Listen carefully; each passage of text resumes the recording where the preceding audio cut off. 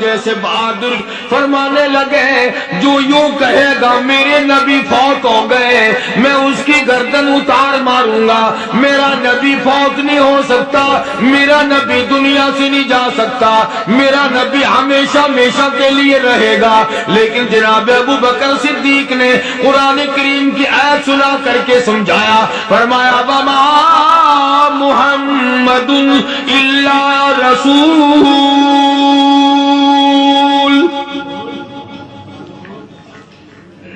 قد خلت من قبلہ الرسل۔ اور لوگوں ہر نبی آئے رخصت ہو گئے، ہر نبی آئے رخصت ہو گئے، دنیا نہ پائیدار جگہ ہے، عارضی زندگی، مستعار زندگی، نہ پائیدار زندگی، فانی زندگی، ہر کوئی لے کے آتا ہے، جب جانے لگتا ہے تو پتہ بھی نہیں چلتا۔ اس لیے مجذوب کہتا کہ سونے چاندی کی چمک بس دیکھنے کی بات ہے، سونے چاندی کی چمک بس دیکھنے کی بات ہے، اور 4 دن کی چاندنی پھر اندھیری رات ہے، قبر میں ہمیشہ اندھیرا رہے گا۔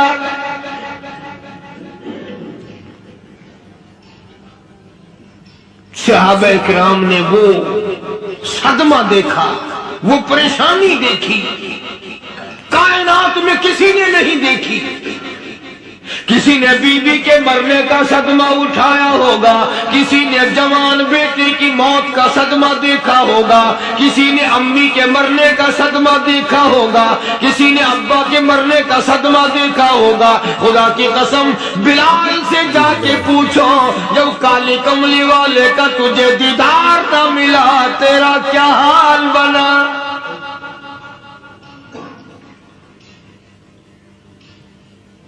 صحابہ اکرام نے وہ عشق نبھایا، کمال کر دیا۔ بڑے سے بڑی مصیبت آئی، اسلام کا سودا نہیں، ایمان کا سودا نہیں، دنیا کی طرف آئے ہی نہیں۔ کون ان حضرات کا مقابلہ کرے گا؟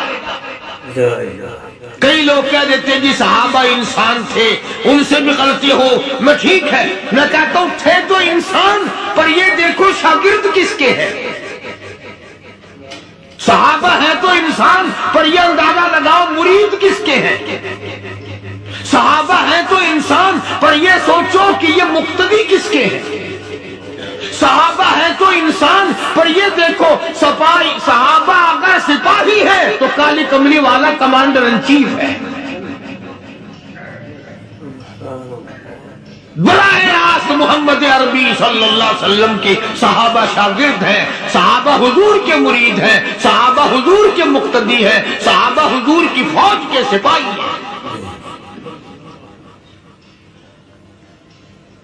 ایک ایک نے کمال کر دیا۔ جناب ابو بکر صدیق رضی اللہ تعالیٰ عنہ فرماتے ہیں میں اچانک محلے میں جا نکلا۔ ابو بکر کہتا میری یہ عادت تھی، شروع پہ جو اسلام آیا مکے میں، چودھری مارتے ہیں، رئیس مارتے ہیں، سردار مارتے ہیں، کمزوروں کو مارتے ہیں۔ جو کلمہ پڑھتا تھا پہاڑ ٹوٹ جاتے تھے، پیر پکڑ کر مکے کی گلیوں میں گھسیٹا جاتا تھا، چمڑا ادھر جاتا تھا۔ آج یہ بات کہنا بڑا آسان ہے، تبلیغی ساتھی سفر کرتے ہیں، تکلیف اٹھاتے ہیں، اگر جی جاؤ کافروں کو کلمہ سکھا کے آؤ، اور کلمہ تو تیرے پلے نہیں تو کافروں کو تو پھر پہنچائیں گے نا۔ 80 سال کی عمر ہے، کلمہ صحیح نہیں آتا، قبر بالکل سر پہ ہے، موت سر پہ ہے، قبر سامنے ہے، پھر بھی کلمہ نہیں آتا۔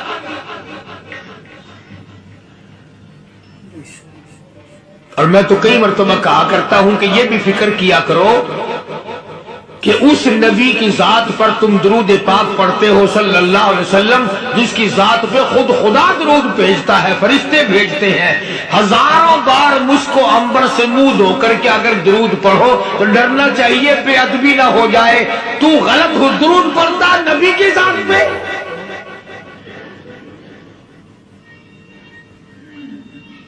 اور اس کو صحیح کرنے کا فکر نہیں رکھتا۔ چنانچہ ابو بکر صدیق رضی اللہ تعالیٰ عنہ چکر لگاتے لگاتے ایک محلے میں جا نکلے، وہاں جا کے دیکھا ایک نوجوان ہے، غریب صحابی، نادار صحابی، مفلس صحابی، کافر کا غلام ہے، کالی کملی والے صلی اللہ علیہ وسلم کا کلمہ پڑھتا ہے، کافروں نے پکڑ کر گرم گرم ریت پہ اوندا کر کے لٹایا ہوا ہے، اور کئی کافر اس صحابی کی کمر پہ چڑھ کر لٹار رہے ہیں، اس کی کمر پہ چڑھے ہوئے ہیں۔ جناب ابو بکر صدیق رضی اللہ تعالیٰ عنہ فرماتے ہیں میں نے دور سے دیکھا، میں سمجھ گیا کوئی غریب آدمی ہے، جب میں قریب گیا فرماتے ہیں میری آنکھ نے دیکھا ابو فقیہ صحابی، میں نے پہچان لیا، کئی آدمیوں کے لتاڑنے کی وجہ سے، کئی آدمیوں کی کمر پہ چڑھ جانے کی وجہ سے ابو بکر کہتا ہے اتنی لمبی ابو فقیہ کی زبان باہر نکل آئی، منہ سے زبان باہر لٹکی ہوئی ہے، مار رہے ہیں کافر۔ جناب ابو بکر صدیق رضی اللہ تعالیٰ عنہ نے فرما دیا نہ مارو، اللہ کا بندہ ہے۔ وہ کہنے لگے بندہ تو اللہ کا ہوگا، غلام ہمارا، اور کلمہ اس نبی کا پڑھتا ہے، ہمارا غلام ہو کر کلمہ پڑھتا ہے، کیوں؟ جب تک جان سے نہ مر جائے گا ہم چھوڑیں گے نہیں، ہم اسے ختم کر کے دم لیں گے۔ اس نبی کا کلمہ پڑھتا ہے، ہمارے سامنے پڑھتا ہے۔ جناب ابو بکر صدیق رضی اللہ تعالیٰ عنہ نے منع کر دیا، منع کرنے میں اور زیادہ مچر گئے، اور زیادہ خرمستی کرنے لگے۔ ابو بکر فرماتے ہیں میں بالکل قریب کھڑا تھا، ظالموں نے ابو فقیہ کی پسلیوں پہ، کمر پہ چھلانگیں لگانی شروع کر دی۔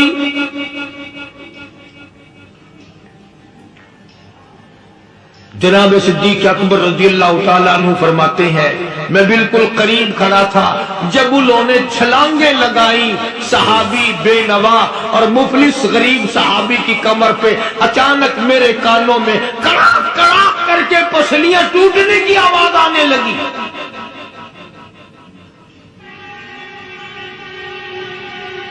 میرے سے برداشت نہ ہوا، میں برداشت نہ کر سکا۔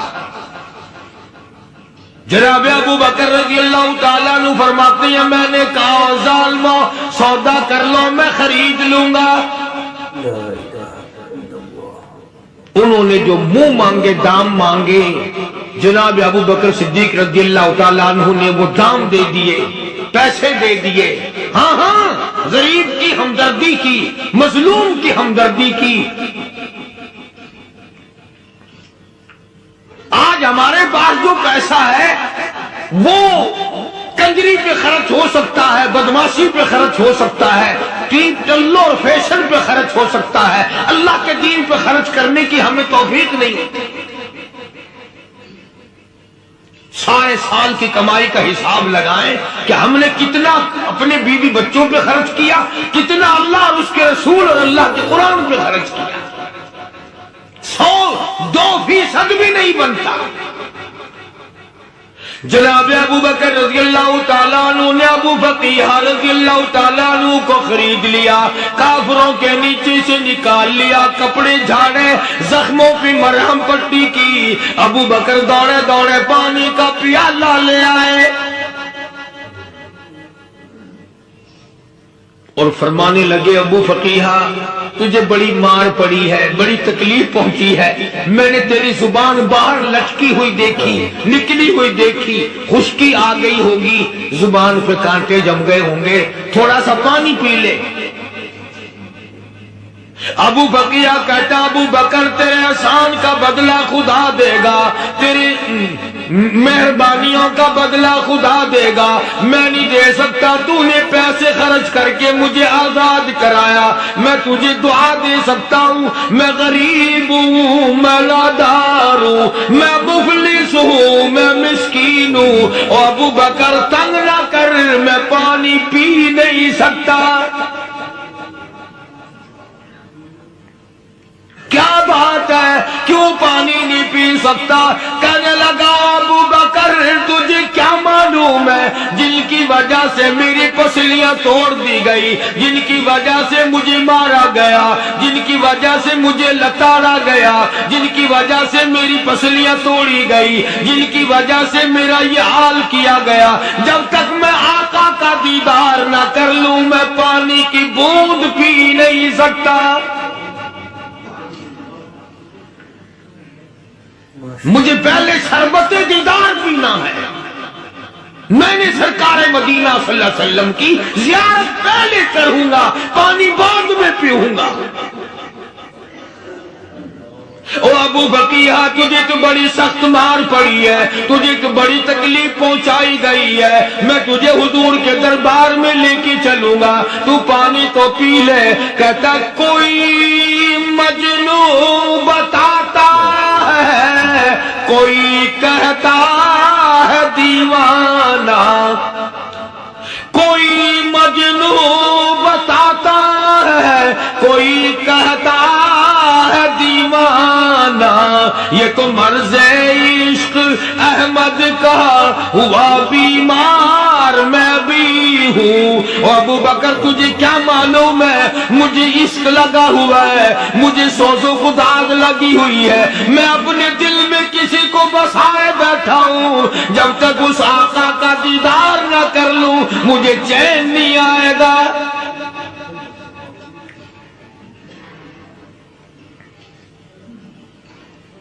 ہمیں عورتوں سے محبت ہے، ہمیں اولاد سے محبت ہے، ہمیں کوٹھی بنگلے سے پیار ہے، ہمیں روپے سے پیار ہے، ہمیں بڑی جاہ و حشم سے پیار ہے، اور خدا اور اس کے رسول سے پیار کرنے والے لوگ مدینے کی قبرستان میں سو گئے، قرآن سے پیار کرنے والے لوگ حضور کے درباری لوگ وہیں سو گئے۔ اندازہ لگاؤ، کوئی مار کھا کے اپنے ماں باپ کے پاس جائے گا، کوئی بھائی برادری میں جائے گا، کوئی تھانے میں رپورٹ لکھوانے جائے گا، کوئی اسپتال میں سرٹیفکیٹ لینے جائے گا، کوئی ڈاکٹری کرانے جائے گا۔ ابو بقیہ تم کتنے خوش نصیب ہو، امام الانبیاء کے دربار میں چلے ہو۔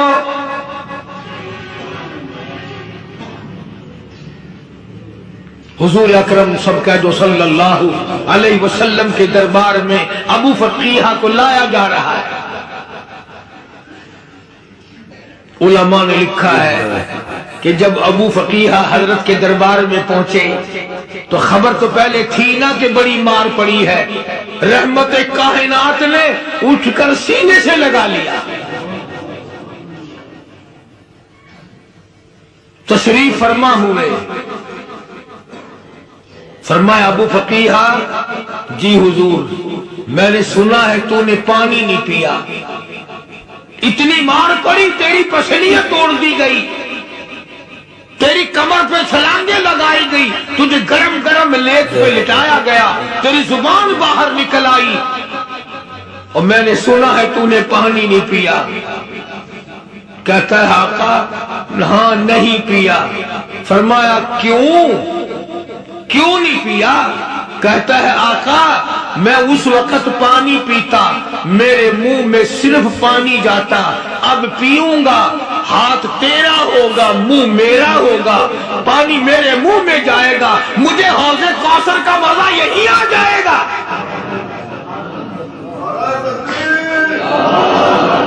مجھے لطف آئے گا محمد عربی صلی اللہ علیہ وسلم کے ہاتھ سے پانی پینے کا۔ علماء نے لکھا ہے کہ حضرت نے جب اپنے رحمت والے ہاتھ سے وہ انگلی چاند کو اشارہ کیا، جگر پھٹ کر ٹکڑے ہو گئے۔ وہ انگلی اشارہ کیا، سورج واپس ہو گیا، وہ انگلی درخت اپنی جڑیں چھوڑ کر پیغمبر کے قدموں میں آ گئے، وہ انگلی دل میں کنکر پہاڑ کے لیے تو کلمہ پڑھنا شروع کر دیا، وہ انگلی اونٹ کی طرف کی تو بول پڑا، وہ انگلی چڑیاں سامنے آئی تو انہوں نے شکایت کر دی، وہ انگلی جن کو دیکھ کر کے بیت اللہ پھر گیا۔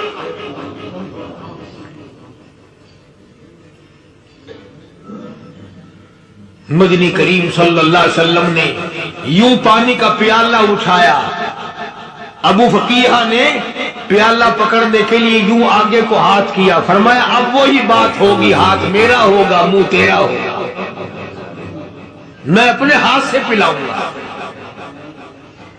ابو فقیہ کو پانی پلا دیا، اور پانی پلانے کے بعد پوچھا اب تیرا کیا حال ہے، اب حال کیا ہے؟ کہتا آقا تیرے چہرے پہ فدا شمس و قمر، تیرے چہرے پہ فدا شمس و قمر، تیری زلفوں پہ تصدق شام و سحر، تیرے چہرے پہ فدا شمس و قمر، تیری زلفوں پہ تصدق شام و سحر، رخسار پہ ٹھہرے کس کی نظر، تیری بانکیں ادا کا کیا کہنا، اور کالی کملی والے تیری زیارت ہوئی سارے دکھ بھول گیا، میرے سارے غم ٹل گئے، میرے سارے دکھ دور ہو گئے، میری ساری پریشانی دور ہو گئی، اور میں تو اب مزے میں ہوں۔ جناب ابو بکر صدیق رضی اللہ تعالیٰ عنہ نے مال خرچ کیا، صحابہ کرام کی جانیں بچائیں۔ قیامت کا دن ہوگا، ساری کائنات کی پیشی ہوگی، اللہ پاک پوچھے گا کہ دنیا میں کیا کرتا تھا، کوئی کہے گا میں کھیتی باڑی کرتا تھا، کوئی کہے گا میں دفتر میں نوکر تھا، کوئی کہے گا میری دکان تھی، کوئی کہے گا میں یہ کمائی کرتا تھا، کوئی کہے گا میں یہ کمائی کرتا تھا۔ آئے گی باری ابو بکر کی، اللہ پاک پوچھے گا دنیا سے کیا لایا، ابو فقیہ، حضرت بلال، حضرت نادیہ، حضرت زنیرہ اور کتنے صحابہ کرام کی جماعت کو پکڑ کر اللہ کے عدالت میں کھڑا کر کے ابو بکر کہے گا الہی صدیق کی کمائی تیرے سامنے موجود ہے۔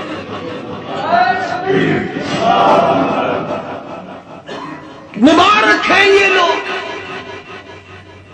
کہ ان حضرات نے محض اللہ اور اس کے رسول کریم صلی اللہ علیہ وسلم کو راضی کرنے کے لیے اپنا سب کچھ قربان کر دیا، اور خود رسول کریم صلی اللہ علیہ وسلم نے ان کو ایسی تعلیم دی، ایسے اخلاق دیے کہ حد ہو گئی۔ دربار رسالت ہے،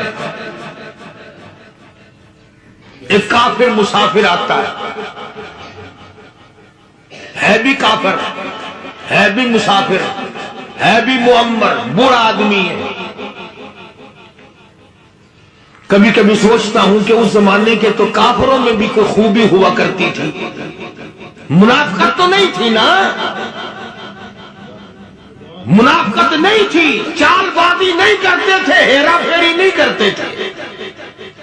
سبحان وہ بوڑھا مسافر کافر سرکار دو عالم صلی اللہ علیہ وسلم کے دربار میں آیا، آ کے کہنے لگا نبی اللہ میں بوڑھا ہوں، مسافر ہوں بھی تیرا تیرے خدا کا منکر، پر میں سوال کرتا ہوں کوئی سواری دو، میرا گھر بڑا دور ہے، میں اس پر سوار ہو کر اپنے گھر پہنچ جاؤں۔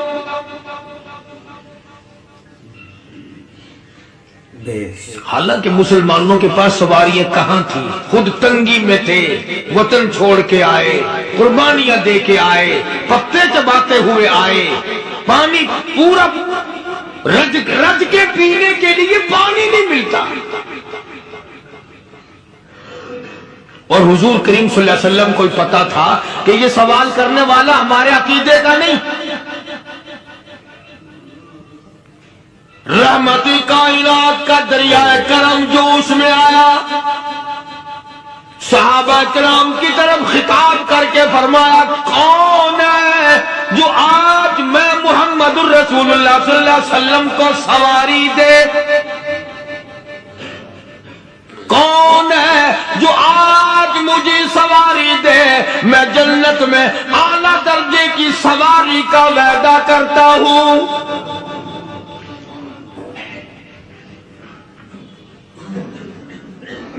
حضرت عبادہ بن ثابت رضی اللہ تعالیٰ عنہ صحابی اٹھے اور اپنی ڈاچی اپنی اونٹنی حضور کے ہاتھ میں پکڑا دی اور حضور نے اس مسافر کو دے دی کہ لے بھائی سواری تجھے مل گئی۔ اب وہ مسافر جو تھا بوڑھا وہ کہنے لگا جی میرے پاس کپڑا بھی نہیں ہے۔ اب تم جیسا اگر کوئی سیٹ ہوتا نا آنکھیں نکالتا کہ ہم نے تیرے لیے یہاں کو ٹیکسٹائل مل چلا رکھے، سواری مل گئی تو اور آگے کو چل گیا، راستہ پکڑا پڑا جا۔ خدا جانے دھکے دیتے، خدا جانے مکے مارتے، خدا جانے کتنی باتیں بناتے۔ امام الانبیاء محبوب کبریاء حضرت محمد مصطفیٰ صلی اللہ تعالی علیہ وسلم پھر کھڑے ہو گئے،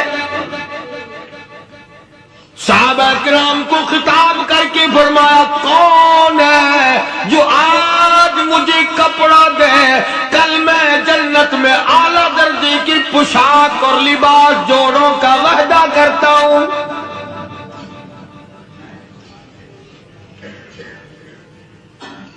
ایک صحابی نے اپنا کپڑا اتار کر حضور کے ہاتھ میں دے دیا صلی اللہ علیہ وسلم، یعنی ان کو کتنا یقین ہے حضور کی زبان پہ۔ سودا جنت کا ہو رہا ہے، زبان ہے کالی کملی والے کی، سودا ہو رہا ہے جنت کا۔ اور آج تمہیں سارا قرآن سنا دو، اس سنانے والے کا بھی ڈلا تے سننے والا، مولوی کہتے رہتے ہیں یار کوئی بات نہیں، جنت کس نے دیکھی ہے؟ صحابہ کرام میں سے کسی نے کپڑا دے دیا، حضور کریم صلی اللہ علیہ وسلم نے کپڑا لیا اور اس مسافر کو دے دیا کہ لے بھی کپڑا بھی مل گیا۔ ہے بھی کافر، اپنے عقیدے کا نہیں، اپنے قبیلے کا نہیں، اپنے خاندان کا نہیں۔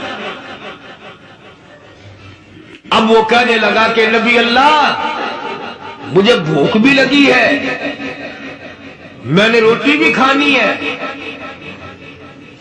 مدنی کریم صلی اللہ تعالی علیہ وسلم پھر کھڑے ہو گئے اور صحابہ کرام کو خطاب کر کے فرمایا کون ہے جو مجھے آج کھانا دے، روٹی دے، کل میں جنت میں اعلیٰ درجے کے کھانے کا وعدہ کرتا ہوں۔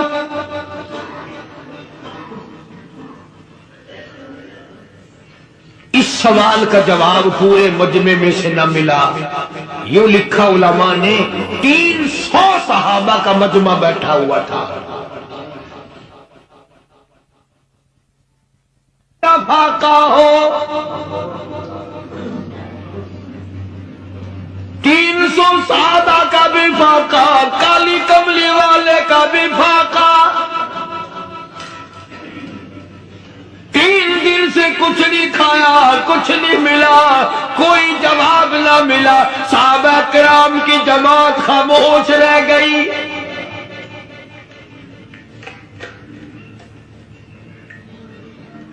سلمان فارسی رضی اللہ تعالیٰ عنہ اٹھے اور اس مسافر کا ہاتھ پکڑا اور کہنے لگا میں تجھے ایسے دروازے پہ لے کے چلوں گا جہاں سے کچھ نہ کچھ کھانے کے لیے مل جائے گا۔ آیا ہے سلمان فارسی مسافر کو لے کر خاتون جنت سیدہ فاطمہ الزہرا رضی اللہ تعالیٰ عنہا کے دروازے پہ اور آواز لگائی یا اہل بیت رسول اللہ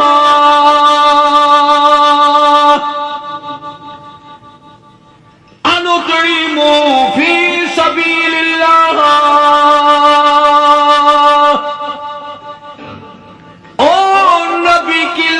جگر، نبی کی نوری نظر اور نبی کے جگر کے ٹکڑے اور کالی کملی والے کی بیٹی اے فاطمہ، ایک آدمی بھوکا ہے، کھانا کھلانا ہے اس کے لیے کھانا بھیجو۔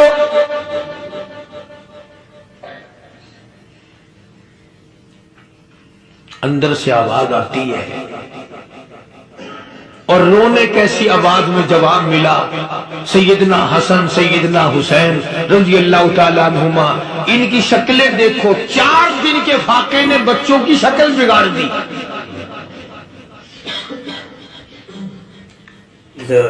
پیغمبر کے نواسوں کا فاقہ، پیغمبر کا نواسا، پیغمبر کی بیٹی کا فاقہ، تمام مسلمان فاقے سے ہیں، کوئی گلہ نہیں کرتا، کوئی شکایت نہیں کرتا، کوئی اعتراض نہیں کرتا۔ اسی حالت میں اگر جنگ بھی ہو جائے تو صحابہ پھر بھی پیچھے رہنے کو تیار ہیں۔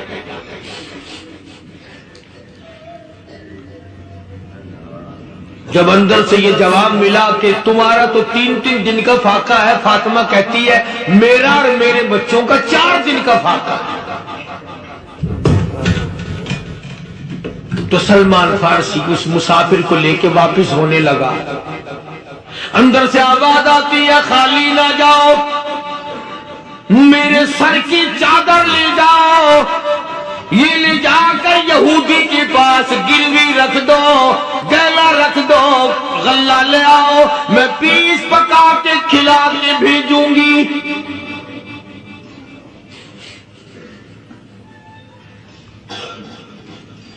کہاں آج ایسے سخی عورت ہے، کہاں ایسے سخی مرد ہیں؟ مسافر کو کون کھلائے، دین پر خرچ کون کرے؟ کسی طالب علموں کو، عام میں سے اکثریت ایسے لوگوں کی ہے جنہوں نے ساری عمر میں، سارے سال میں کبھی ایک قرآن پڑھنے والے طالب علم کو روٹی نہیں کھلائی، اور پھر یہ کبھی نہیں سوچا کہ میں آخر کما رہا ہوں تو کیا کر رہا ہوں۔ بس شیطان یوں کہہ دیتا ہے یہ تو بڑے بڑے امیروں کا کام ہے، تو غریب آدمی ہے، تیرے بس کا یہ کہاں کام ہے؟ یہ تو بڑے بڑے امیروں کا کام ہے طالب علموں کو، مسافروں کو کھانا کھلانا۔ کل قیامت میں اگر اللہ نے یہ فرما دیا کہ جنت تو میں نے امیروں کے لیے بنائی ہے، تو مزدور ہے، بھاگ یہاں سے، پھر کیا بنے گا؟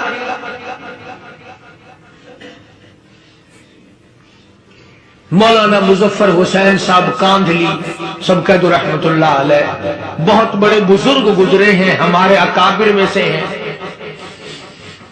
کاندھلا ایک قصبہ ہے جس نے بڑے بڑے ولی پیدا کیے ہیں۔ مولانا مظفر حسین صاحب کاندھلی، مولانا الہی بخش صاحب کاندھلی، مولانا محمد زکریا صاحب شیخ الحدیث رحمت اللہ علیہ کاندھلے کے، مولانا محمد الیاس صاحب دیلوی رحمت اللہ علیہ امیر تبلیغی جماعت کے ایجاد کرنے والے، شروع فرمانے والے، یہ بھی کاندھلے کے ہیں۔ تو یہ سارے بزرگ اس قصبہ کاندھلے کے ہیں۔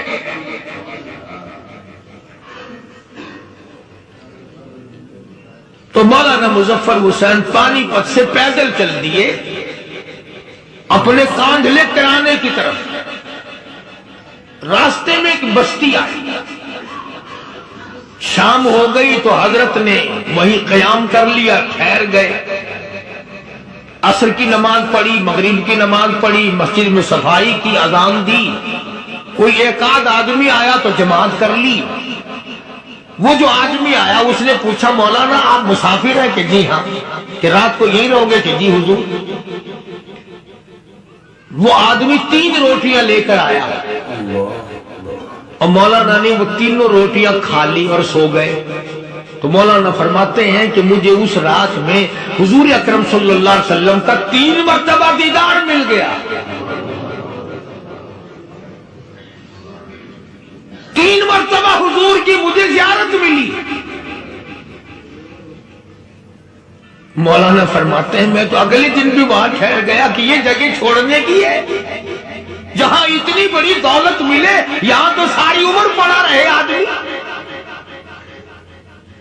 تو حضرت فرماتے ہیں کہ اگلے دن وہی مسافر، مولانا مسافر ہے، وہی آدمی ہے، 2 روٹیاں لے کر آیا اور مولانا فرماتے ہیں میں نے 2 روٹیاں کھا لی تو اس رات کو مجھے 2 مرتبہ حضور صلی اللہ علیہ وسلم کا دیدار ملا۔ نہ تیسرے دن بھی وہی ٹھہر گیا، تیسرے دن شام کو وہی آدمی ایک روٹی لے کر آیا اور میں نے وہ روٹی کھا لی تو اس رات کو حضور کریم صلی اللہ علیہ وسلم کی ایک مرتبہ زیارت ہوئی، ایک مرتبہ دیدار ملا۔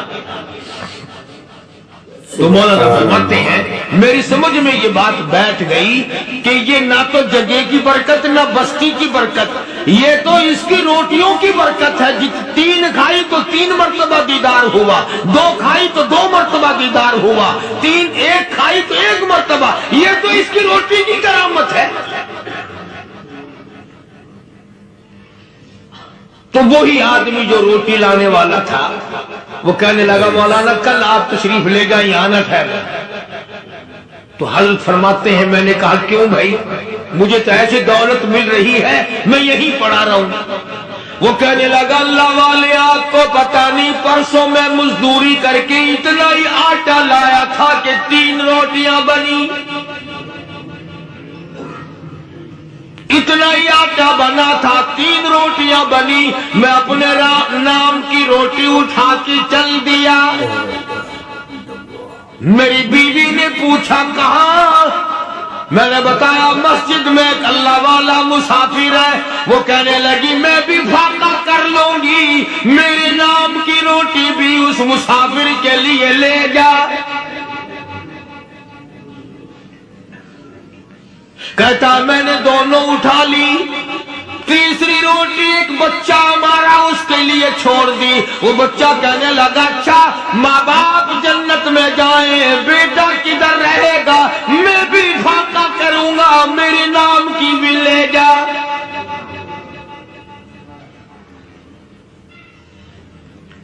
میں نے 3 روٹیاں لا دی اور اگلے دن جو میں نے مزدوری کی اس کی 3 روٹیاں بنی، بچے کی حالت خراب ہو گئی تھی، اس کو دے آیا۔ ہم نے میاں بیوی نے چوتھے دن بھی فاقہ کر لیا اور آج بیوی کی حالت بھی خراب ہو گئی تھی، آج صرف اپنی لایا ہوں۔ مولانا اس لیے عرض کر دیا کبھی کل میرا پیر نہ پھسل جائے، ایسا نہ ہو میرا قدم ڈگمگا جائے، ایسا نہ ہو بھوک کا مارا میں کچھ اور کر بیٹھوں، اس لیے عرض کر دیا کل آپ تشریف لے جائیں۔ عرض میں یہ کر رہا تھا کہ کسی زمانے میں دوسرے کی خیر خواہی کے لیے لوگ سب کچھ کر گزرتے تھے۔ حضرت محمد الرسول اللہ صلی اللہ تعالی علیہ وسلم کے پاس جنگ بدر کے قیدی آئے تھے، کافر، اسلام کے دشمن، دین کے دشمن، قرآن کے دشمن، ایمان کے دشمن، مگر صحابہ کرام کو فرمایا یہ میرے مہمان ہیں، حضور نے فرما دیا صلی اللہ علیہ وسلم۔ ایک صحابی جو ایک مہمان کو لے گیا، حضور کے مہمان کو، تھے جنگی قیدی۔ علماء کرام نے لکھا صحابی کے گھر میں کھانا تھوڑا تھا، اس کافر کو تو کھانا دے دیا، آپ اس کے پاس بیٹھ کر درخت کے پتے چبا لیے۔ دوسرا دن آیا پھر ایسا ہی کیا، اس حضور کے مہمان جنگ بدر کے قیدی کافر کو کھانا کھلایا، خود درخت کے پتے چبا لیے۔ تیسرا دن آیا وہ جنگی کافر کہنے لگا، قیدی کہنے لگا آج پہلے کلمہ پڑھا پھر روٹی کھلا۔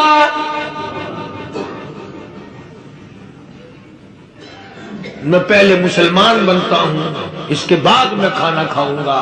ارے تم اتنے اپنے اوپر دوسرے کو ترجیح دیتے ہو کہ ہم کافر بھی ہیں، تمہیں مارنے والے تمہیں مارنے آئے تھے اور تمہارا حال یہ کر دیا کالی کمری والے نے کہ خود پتے چباتے ہو، دشمن کو کھانا کھلاتے ہو، خود درختوں کے پتے چبا رہے ہو۔ محمد صلی اللہ علیہ وسلم نے تمہیں اتنا اونچا بنا دیا، نگاہ نبوت نے تمہیں ایسا رنگ دیا اور نبی کے دروازے نے تمہیں وہ دیا کہ قیامت آ سکتی ہے مگر صحابہ تمہاری دولت نہیں چھین سکتے۔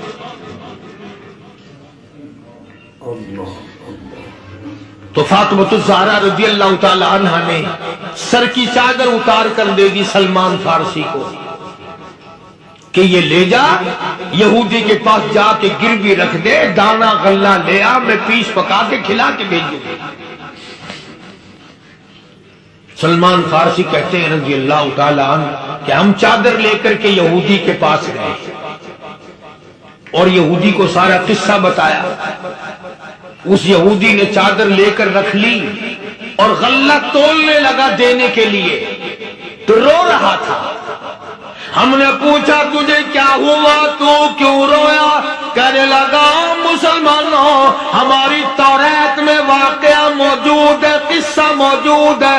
آخر الزمان پیغمبر صلی اللہ علیہ وسلم کی بیٹی کی دروازے پہ ایک بھوکا کافر مسافر آئے گا، اس کا پیٹ بھرنے کے لیے نبی کی بیٹی اپنی چادر اتار کر گروی رکھ دے گی، یہودی کے پاس غلہ منگوا کے کھانا کھلائے گی. آج توریت کی بات سچی ہو گئی، چادر آئی رکھی ہے، میں وہ یہودی ہوں.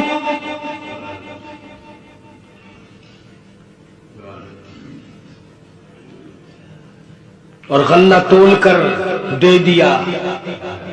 سلمان فارسی کہتے ہیں یہودی میرے ساتھ ساتھ چل دیا.